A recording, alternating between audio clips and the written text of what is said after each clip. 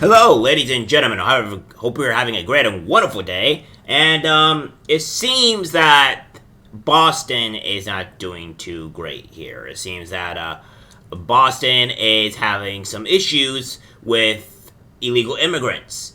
The wealthy elite, mind you, because they don't like when things, go wrong. Because the wealthy elite, they only care for themselves. They're a very selfish group of people because, in order to become, I think, extremely rich, you either get some type of selfish entitlement or what have you, and that seems to be an ever-growing thing. However, we have this here with the post-millennial saying Boston's wealthy elite outraged over new shelter for illegal immigrants in their neighborhood. It says that Boston residents living in the one city's most expensive neighborhood are outraged over the city turning an office building into an emergency shelter for illegal immigrants. The Boston elite expressed severe grievances about the decision at a community meeting on Tuesday evening. Yet state officials had no answers for them. Residents of Fort Point in the Seaport couldn't stomach the idea of illegal immigrants living among them in the sanctuary city. Now, this wasn't just a thing that is going on with Boston elites and stuff like that. This also was a thing that was going on with the place, I forgot, the place, a very rich place in Florida, where the elites immediately picked up all the homeless and illegal immigrants in their area and removed them, and they were quite angry about it.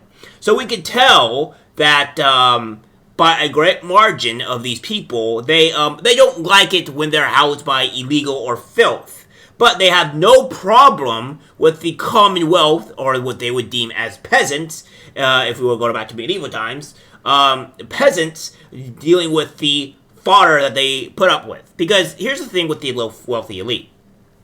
They'll come up with ideas and push very anti-people, fascist, authoritarianism, communism type things, but they don't ever want to deal or suffer the consequences of their actual own policies and rules that they place onto the normal people or whatever they deem as peasants. Because I've always noticed one thing about dealing with people that have money or what have you growing up. And it has something to do with they end up becoming extremely entitled.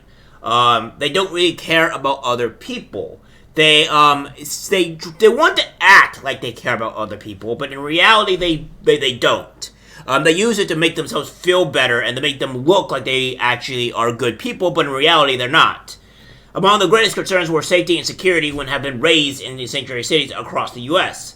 Brian Curley, a resident in the community, told YBZ-TV that state officials did not give a voice to the community before making its decision. I think there's a lot of angry residents who feel the same way. I do that this was being forced on us, said Curley.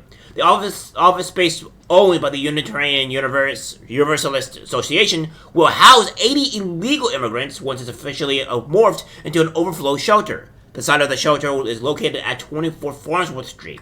United Way of Massachusetts Bay, a non-profit that the state has selected to open temporary shelters for migrant and homeless families.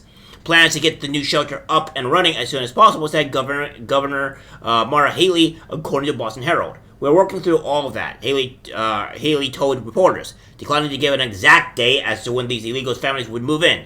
I just don't know how long it's going to take to get everything operationalized and work things out with the community, work things out with the city. Although United Way ultimately selected the site, the governor stated that her administration supports the space uses because we need to continue to find safe housing for people.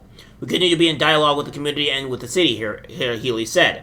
However, community residents have said that officials gave them no answers at the meeting on Tuesday evening. Officials informed the residents that there will be another meeting on Friday, and they hope to have more answers then. How is it a done deal when you cannot answer these questions? A resident said. Curley added there was a lot of questions tonight that were not a lot of answers. General Scott, a state official who is overseeing security at its migrant shelters, vowed to keep the community safe. Our track record has been very good, said Rice. We've had very, very, very few incidents. One woman asked at the meeting, "How are you going to ensure we're safe?" I would like to see a little bit more compassion. That's my point of view. Another man suggested. The outrage comes amid a historic crisis at the U.S. southern border with 7.3 million illegal immigrants entering the country since Biden took office. So yeah, This is what's going on. Now we have this here from Lives of TikTok. They go on to say the scale of town of Seaport in Boston is turning an office and building into a shelter to house illegal immigrants. Residents are fuming. Biden won Massachusetts by 33 points. Biden won Boston by 67 points. Democrats turned Boston into a sanctuary city. Elections have consequences. And we're going to go through this video that is kind of enlightening on what's going on in Boston and, you know, all the people that voted for Biden at that point. Take a look. Anger and frustration at a community meeting with state officials about this emergency shelter that's opening its doors. Neighbors feel like they had no say in this process, and officials had no answers for them either. Wait. Can we kindly have a little bit of decorum in the room? No, this is my neighborhood. Fuming neighbors who call Fort Point home grilled state officials about the 80 migrants who will call 24 Farnsworth Street a temporary home. The office space owned by the Unitarian Universalist Association will be turned into the latest overflow shelter. How is it a done deal when you cannot answer these questions? Safety and security, location, and facilities topping the concerns. You said this is real. How are you going to ensure we're safe? So we get no say as residents of the town, residents of the city, neighbors. I would like to see a little bit more compassion. That's my point of view. Thank you. Neighbors like Brian Curley say the community didn't have a voice before the decision was made. I think there's a lot of angry residents here who feel the same way I do, that this was being forced on us. General Scott Rice, who's overseeing the state's strange shelter system, vowed security for families living in the shelter and neighbors in the community. Our track record has been very good. We've had very, very, very few incidents. United Way is the nonprofit that will run the shelter. Neighbors voiced their concerns to them about no showers on site and a plan to bus migrants to local Ys for services. Though United Way says there will be at least 6 bathrooms in the space. We certainly would not put anybody in a space that has anything unsafe for them. And while some are ready to welcome shelter residents with open arms, this is a great idea. Smart thinking. I think it should happen more often. some are still frustrated at the lack of information. There was a lot of questions tonight. There were not a lot of answers. State officials say there'll be another meeting on Friday where they hope to have more answers for the community. So yes, these people are suffering from what they have voted for, and it's something that it always happens to people that are insane. You guys will always have to deal with the consequences of your actions. It may not be immediate. It may not be right away, but it eventually does come. And then when it does, you just have a huge problem with it. So we have this here as well to show that 65% voted for Biden.